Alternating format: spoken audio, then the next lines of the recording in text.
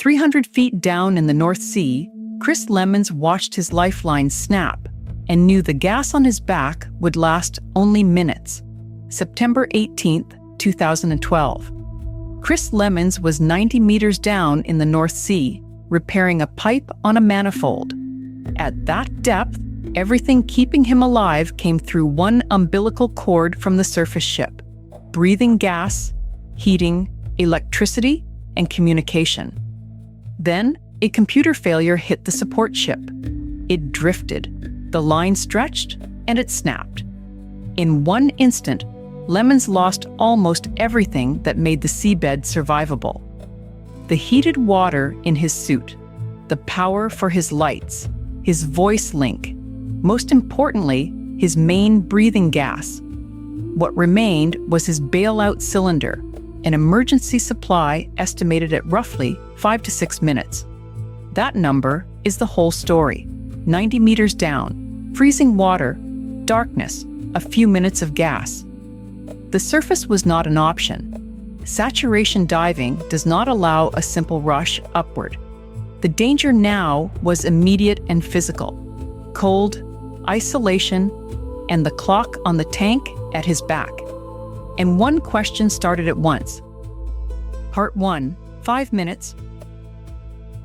How do you survive long enough for anyone to find you when your line to the world is gone?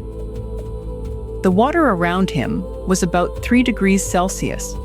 Without the umbilical, Lemons was no longer getting the heating that normally came from the surface. The cold began working on him immediately, but another deadline was even shorter. His bailout gas was never meant to support a long ordeal. It was a last reserve, roughly 5 to 6 minutes. At 90 meters, every breath mattered. This is where one decision separated panic from survival. Lemons stayed calm. According to later medical analysis, he reduced his respiratory minute volume to about 5 liters per minute. That restraint maximized the little gas he had left. He did not have enough to solve the problem, but he could stop himself from making it worse. That calm is easy to admire from a distance. Down there, it was mechanical. Less movement, less breathing, less demand. The body buying seconds from a tank that was almost empty. Remember that number, about 5 liters per minute. Later, it helps explain why the next impossible part happened at all. Still, calm could not create new air. Part 2, cut off. The gas was running out, and the seabed around him stayed dark. Once the umbilical was gone, Lemons was cut off in every way that mattered. No communication, no external power, no heating, no steady gas supply. He was a diver on the bottom of the North Sea with only what he carried himself. The setting made the danger worse. At 90 meters, this was not a place where simple instinct could save you. You could not just swim straight up and be fine. His entire working environment depended on systems, support, and exact control from above. When the ship drifted and the line broke, those systems vanished, so the immediate consequences stacked up fast. Darkness from lost electricity, rising cold from 3-degree water, shrinking air from the bailout cylinder, isolation from lost communications. Each one fed the others. Cold weakens the body. Stress drives breathing. More breathing burns through gas. Less gas means less time for rescue. And then the central mystery of the whole incident arrives. By every normal expectation, this should have ended within minutes. Yet it did not. Something in his environment, his training, and his physiology changed the outcome. But first, he had to pass the point where rescue should already have been too late. Part 3, past the limit. Lemons survived for more than 30 minutes without his main air supply. That is the documented fact that makes this case so difficult to understand at first glance. A diver with only minutes of emergency gas should not still be recoverable after that span of time. The explanation came later from reporting and medical analysis. The freezing water, about 3 degrees Celsius, caused rapid hypothermia. In most situations, hypothermia is part of the threat. Here, it also appears to have protected him. The cold significantly slowed his metabolism and helped protect his brain during the period of oxygen deprivation. At the same time, he had been breathing highly pressurized heliox gas. That meant his tissues were saturated with oxygen. In effect, his body carried an internal reserve that could continue sustaining vital organs while he lay motionless. Those two conditions do not make this safe, and they do not make it repeatable.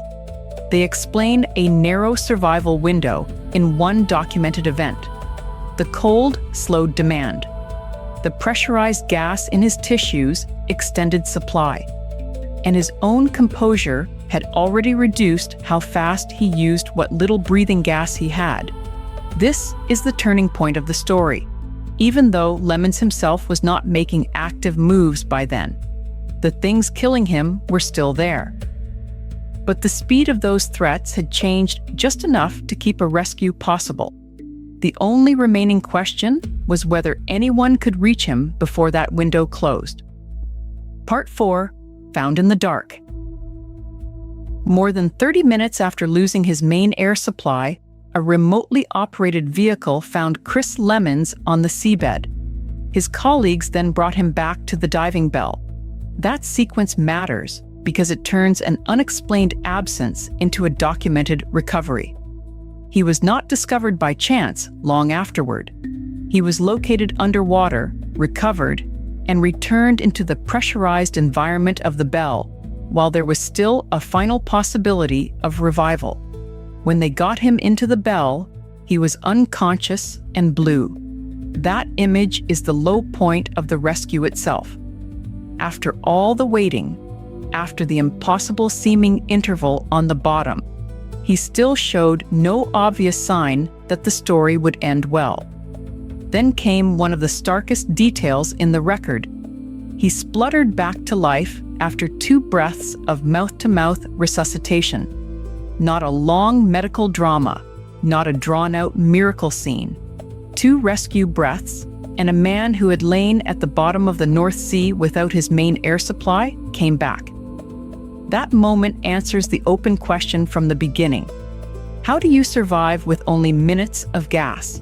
In this case, calm breathing, extreme cold, oxygen-saturated tissues, and a rescue that reached him before those advantages ran out. But survival in the bell was only the next step. It did not yet mean he had escaped the consequences. Part 5, No Permanent Injury. After the recovery, Lemons still had to pass through decompression and medical examination. Only then could anyone know the full cost of what had happened. The result was extraordinary, but documented. He was found to have suffered no permanent neurological injuries. That outcome is one reason the incident has drawn so much attention from reporters and medical writers. The event was extreme. The time without the main air supply was extreme. Yet the long-term damage that might be expected did not remain. This is where the story shifts from immediate survival to recovery.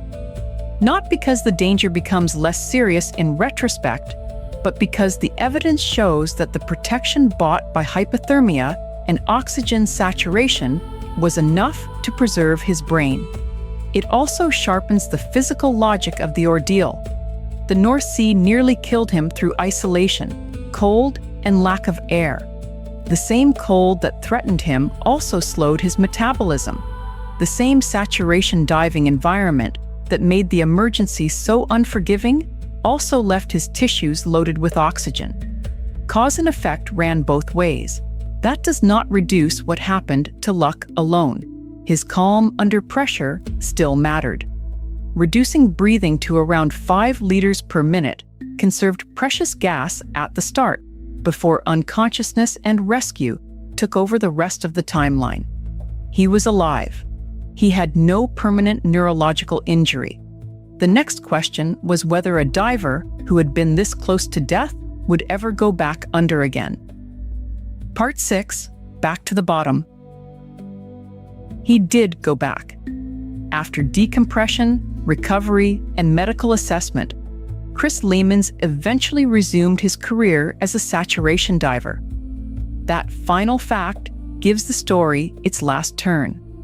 Many survival stories end at the rescue. This one continues into return. The same kind of work that nearly became his grave remained his profession. There is a reason this incident stays with people. The setup is brutally simple. A diver at 90 meters, a support ship drifting after a computer failure, one snapped umbilical carrying gas, heat, power, and communication. Emergency air for roughly 5 to 6 minutes. Water at 3 degrees Celsius, more than 30 minutes before recovery. Unconscious and blue in the bell. 2 rescue breaths. No permanent neurological injury. Back to diving. It sounds impossible until you follow each physical step. What was killing him now? First, the loss of the umbilical. Then the shrinking gas supply, then the cold. What changed? He stayed calm. The cold slowed his metabolism. Pressurized heliox had saturated his tissues with oxygen. A remotely operated vehicle found him in time. His colleagues brought him back to the bell. No single piece explains the survival on its own. Together, they do. On the seafloor that day, death looked inevitable within minutes. The documented record shows why it was not. Not because the North Sea became less deadly, but because for one narrow span of time, the human body, the dive environment, and a rescue team aligned just enough to keep Chris Lemons alive. If this story brought up intense feelings, consider reaching out to local crisis support, a trusted person, or emergency services in your area if you need immediate help.